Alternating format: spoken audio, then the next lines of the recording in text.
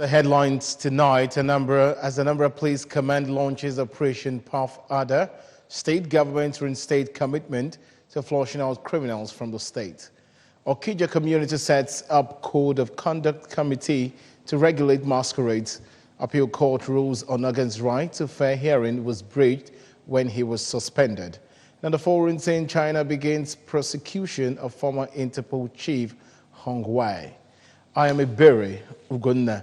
Anambra state government says her resolve to flush out criminals from the state has not waned. Governor William Biana reiterated the resolve of the flag of the Operation Puff Adder by the State Police Command in Onitsha.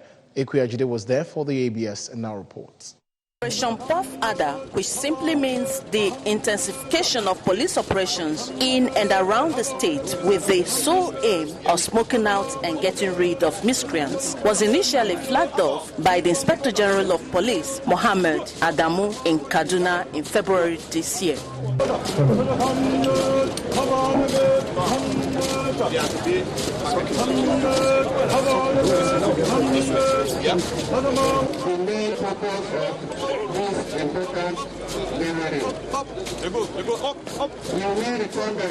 Addressing the assemblage made up of stakeholders in security and others, Governor Obiano, represented by the Secretary to the State Government, Professor Solo Chukwulobelo, assured Anambra that there is increased vigilance, which has been yielding the desired result as criminals are being smoked out. He reminded that the Anambra law on kidnapping, which means pulling down of all houses used by kidnappers, still persists, and implored the police not to be cowed by anybody or group, as there are no sacred cows in the state. The governor promised that the Commissioner of Justice and Attorney General of the state will work with security agencies to ensure speedy prosecution of all apprehended criminal suspects. Resources that is they need to ensure that we continue to be as safe as we can be in this state.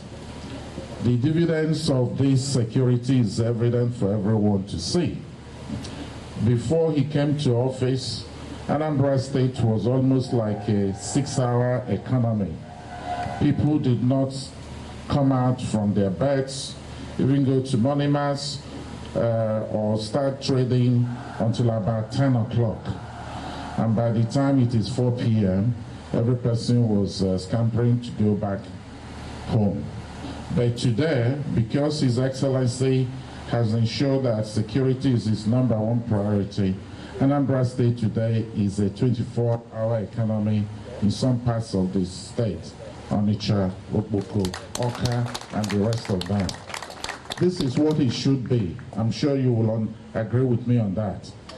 Earlier in his speech, the State Commissioner of Police, Mustafa Dandaura, said the flag-off is in compliance with the IGP's directive to replicate the project in their various commands. He said the choice of Okpoko as the point of launch is in the desire to make the city safe for residents and visitors so as to promote businesses which the city is known for.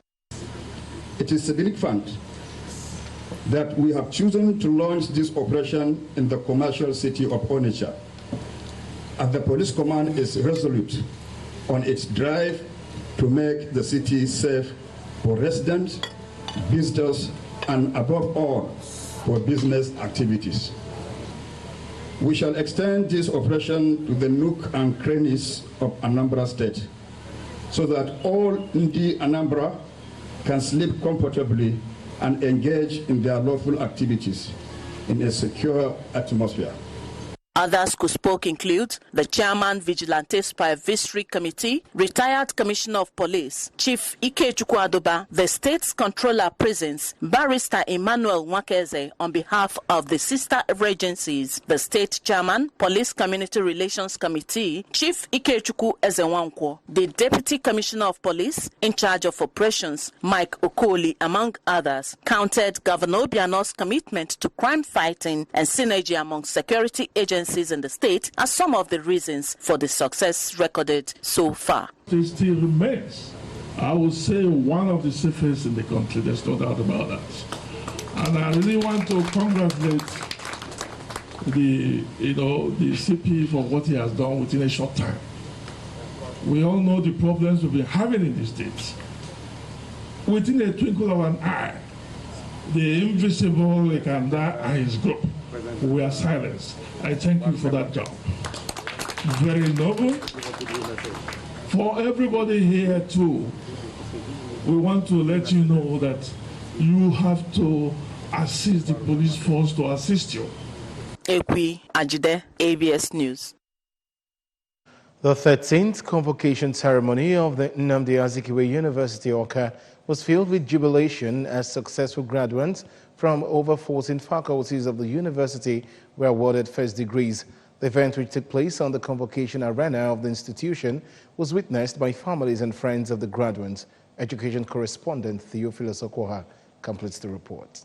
Conferring the award on the graduates, the Chancellor of Nnamdi Azikiwe University, His Majesty the Jacob Buba Gwangwam Jos, challenged the graduates to make the difference for good and in any endeavor and community they find themselves, having been equipped with knowledge, skills, and values from the university. He beckoned on them to put greater effort to contribute to the public good of the country. I express our gratitude to the federal government and its relevant agencies, whose financial and other support have been invaluable in the remarkable successes recorded by the university over the years. In his address, the Vice Chancellor of Nnamdi Azikiwe University, Awka, Professor Joseph Ahaneku, expressed delight for the 13th convocation, which he said is for the 2017 and 2018 academic year, that to witness the conferment of 6,500 first degrees, 182 postgraduate diplomas, 763 master degrees, and 269 PhD degrees. The Vice Chancellor, who chronicled the achievements of the 4-year tenure, felicitate with the honorary degree awardees and the first and higher degree graduates, and thanks the federal government, TET Fund, and all stakeholders of the university who in various ways contributed to the success so far recorded. I'm glad that throughout our administration, this disposition yielded positive results, with the university being largely peaceful and secure. In his remarks, the Pro-Chancellor and Chairman of Council, Nnamdi Azikiwe University, Alhaji Aziz Bello, congratulated the graduates and their parents, who he said have borne the financial brunt and other responsibilities attendant to university education of their children and wards, and later thanked the federal government for providing the wherewithal sustaining the growth and development of the university. Later, in a vote of thanks, the best graduating students, Abisi Adobe Rita of Department of Banking and Finance, Faculty of Management Studies, on behalf of other graduates, thanked the University Governing Council, staff and students of the university for allowing them meet their academic dreams. I'm so excited and honored to be standing here today on behalf of the 2017-2018 graduating class as the best graduating students of the class. Some parents, including the Managing Director, CEO, Anambra Broadcasting Service, Nze Uchenwora, were on hand to felicitate with the graduates. Theophilus Okoha reporting for ABS News. And away from that, Okija community, Ihiala Council area has constituted a Code of Conduct Committee to streamline the activities and affairs of masquerading in the community. The committee has become imperative in view of incessant cases of atrocity and ills associated with masquerading in the area. Staff reporter Aldenaka Wallace found the report taken from here. Masquerading in Okija community is an age-long culture and tradition meant for entertainment, recreation, leisure, and community policing. According to stakeholders, the activities in recent times have constituted a menace and breached existing peace in the community, as the ills associated with masquerading has brought negative tendencies, youth restiveness, violence, portraying the image of the area in the bad light, hence the need to checkmate and curtail their excesses. Briefing newsmen on the issue, the traditional rule of the community, Igwe Nemeko Okeze, highlighted that the committee will review the affairs and operations of masquerades as it affects the welfare of the area. Igwe Okeze disclosed that it has become imperative to review and sanitize their affairs to align with the dynamic society.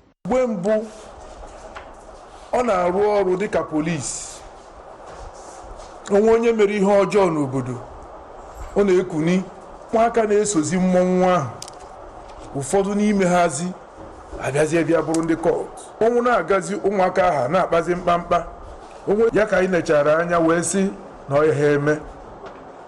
Earlier, the chairman of the committee, Chief Sylvester Obiako, suggested that adherence to the code of conduct will preserve the sanctity of the tradition, as the committee will come up with workable rules to address the challenges and then regulate and eliminate the ills associated with masquerading. Contributing, the Palace Secretary and Secretary of the committee, Professor Sylvester Mado, recalled that the ugly development will strengthen and reflect the good intentions meant for the culture of the community.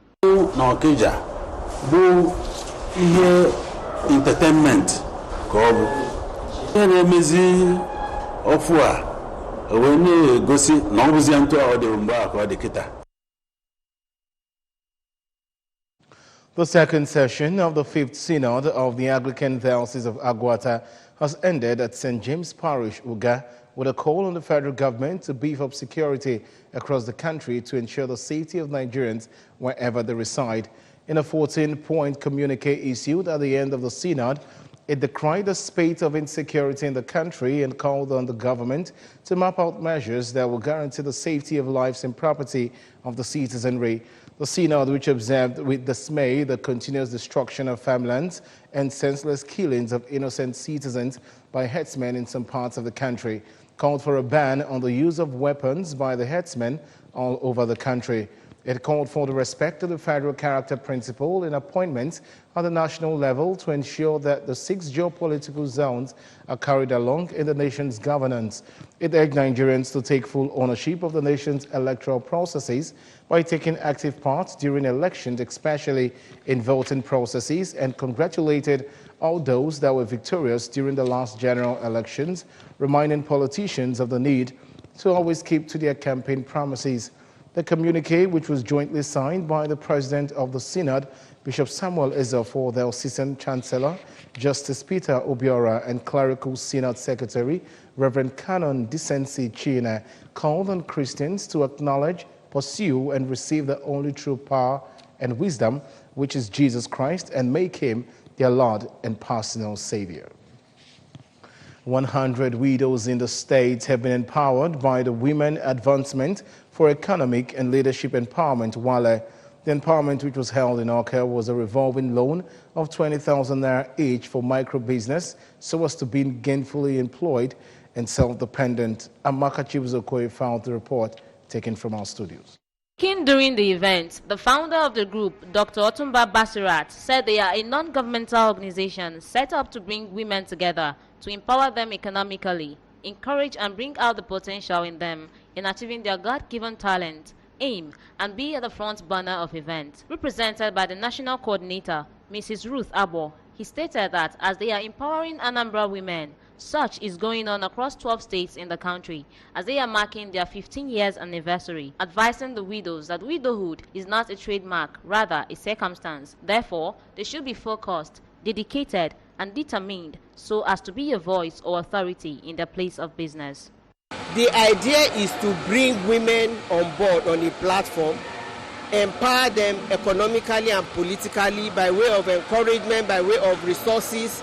In an address of welcome, the state coordinator, Princess Ngozi Ekweme, maintained that the essence of the inauguration was to reawaken in women the beautiful values of identity and cultural belonging, to strengthen the sense of Africanism in them, and to build a generation of women who will be proactive in the growth and development of cultural values and tenets, especially with regards to the plight of women. Anambra, ndị be anyị Anambra, ndị nna anyị, ndị nna anyị, ndị di anyị, ndị ụmụ nwunye di anyị, ndị ụmụ anyị, nyelu na anyị aka, ka anyị nyelu ndị ogbenye aka, ka anyị nyelu ụmụ nwaanyị aka, ndị widow, ma ndị abụghị widow mana onwe ha ka ọ ha. In their good news messages, a professor of English at Chukwuemeka Odumegwu Jukwu University, Professor Ngozi Chumaude, and Barrister Ndidi Akpati, encouraged the widows not to see their situation as worse, rather strive hard, embrace God, and train their girl child so as not to witness such situations in life. While thanking their benefactors, two of the beneficiaries, Mrs. Ngozi Enechukwu and Evelyn Mbemena, on behalf of others, assure that they will make utmost use of the money and return it as and when due. Ekene Chineke onye mee ka ụbọchị taa dị etu a ọtago maka na asịnye Chineke amara aghara eme. Ana m ekene Chukwu onye bụ onye mee ka ha cheta anyị na-ayọkwa Chukwu ka onye anyị amala iji wee kwuchi anya bụ ụgwọ na ọ dịrị izi. Cutting of anniversary cake, presentations, and other side attractions also featured at the event. Well, moving on to our national stories, the Abuja Division of the Court of Appeal today struck out an appeal by the ex-Chief Justice of Nigeria, Justice Walter Onnoghen, challenging an ex parte order of the Code of Conduct Tribunal issued on January 23, 2019 for his suspension from office pending his trial before the tribunal. In a unanimous judgment by the three-man bench led by Justice Stephen Ada, the Court of Appeal, however, ruled that the CCT ex parte order breached the ex-CJN's right to fair hearing. Justice Ada, who read the lead judgment, noted that the court proceedings ought not to be conducted in a shoddy and clandestine maneuver as manner in which the ex parte order was obtained by the prosecution. He, however, struck out the matter on the grounds that the substantive matter had been concluded by the CCT, which ended in the ex-CJN's conviction of charges of false and non-declaration of assets. President Muhammadu Buhari had, on the strength of the ex parte order, suspended Onnoghen from office on January 25th. A vacant position among the Ndichis in the Asian Kingdom of Onitsha has been filled with the installation of Abo Iago of Onitsha. The installation rites and ceremony, which was performed by the Obi of Onitsha, Igwe Alfred Nemeka, was held at Imobioka Road, Onitsha. Correspondent Gini Osadebe completes the story. Chieftaincy title taken in Onitsha is as old as the ancient kingdom itself, and it is one of the tradition and custom every Onitsha man, both at home and in diaspora, value and respect so much.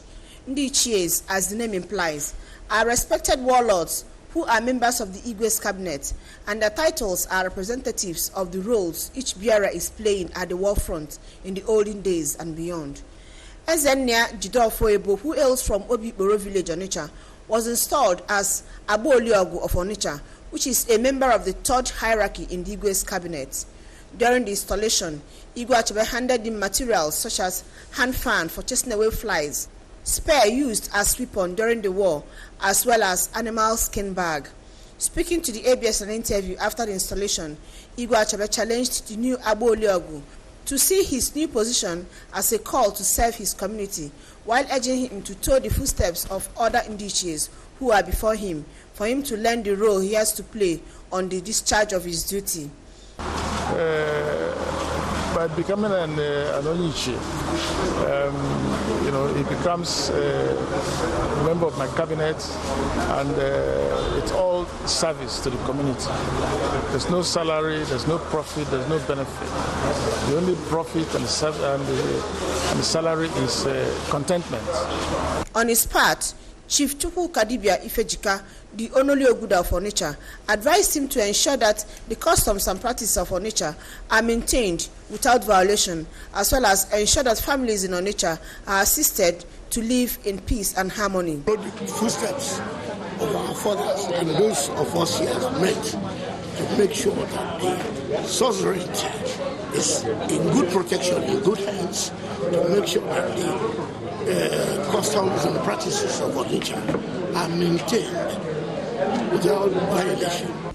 The new Abo Iago, who is visibly happy with the turnout of the event, expressed gratitude to God for a successful outing, while thanking Igwe Achebe for finding him worthy to serve in his cabinet. He promised to ensure peaceful coexistence of his people. Ecstatic, to say the least. It's not something that happens but once in a lifetime. So I'm extremely delighted and happy. High point of the event was capping and handing over of working tools to the celebrant by Igwe Achebe, while Royal Egwater dance by Abo Iago and family added color to the event.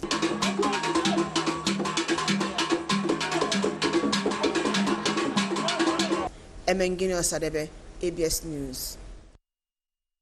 And on business news tonight, the House of Representatives has said it discovered that over $900 million was still being held by federal government ministries, departments and agencies outside Treasury's single account, TSA. It accused the MDAs of failing to follow the TSA policy, leading to revenue leakages.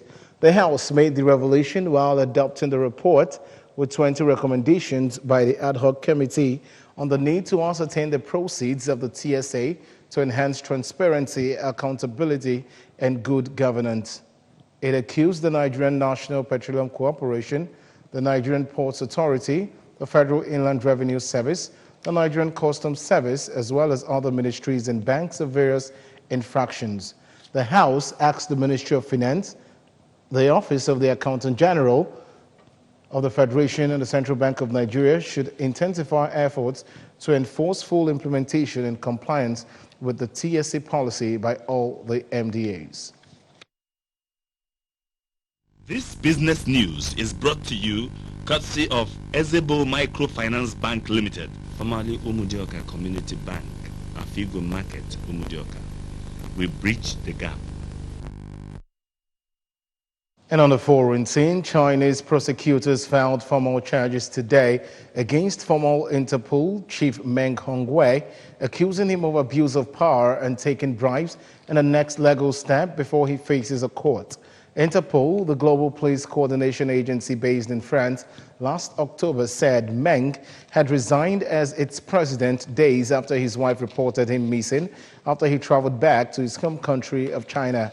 In March, the ruling Communist Party said its own investigation into Meng found he spent lavish amounts on state funds, abused his power, and refused to follow party decisions. His wife has dismissed the allegations and said his arrest was politically motivated. In a short statement, prosecutors said they had filed charges against him with a court in the northern city of Tianjin, which is close to the capital, Beijing.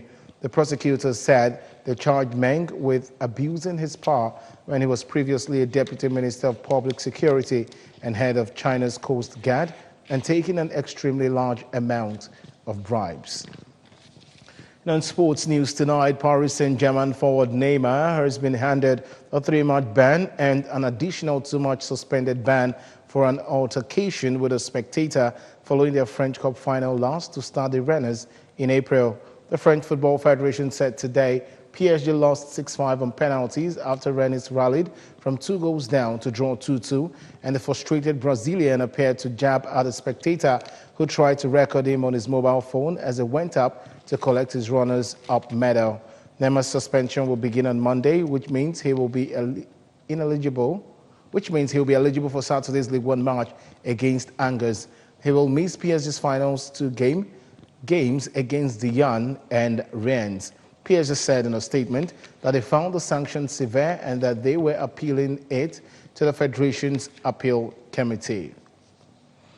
And that's it on the news tonight. Remember that you can follow news and programs on ABS from any part of the world by liking our Facebook page at ABS Radio Television. Subscribe to our YouTube channel at youtube.com/ABS Radio TV Online.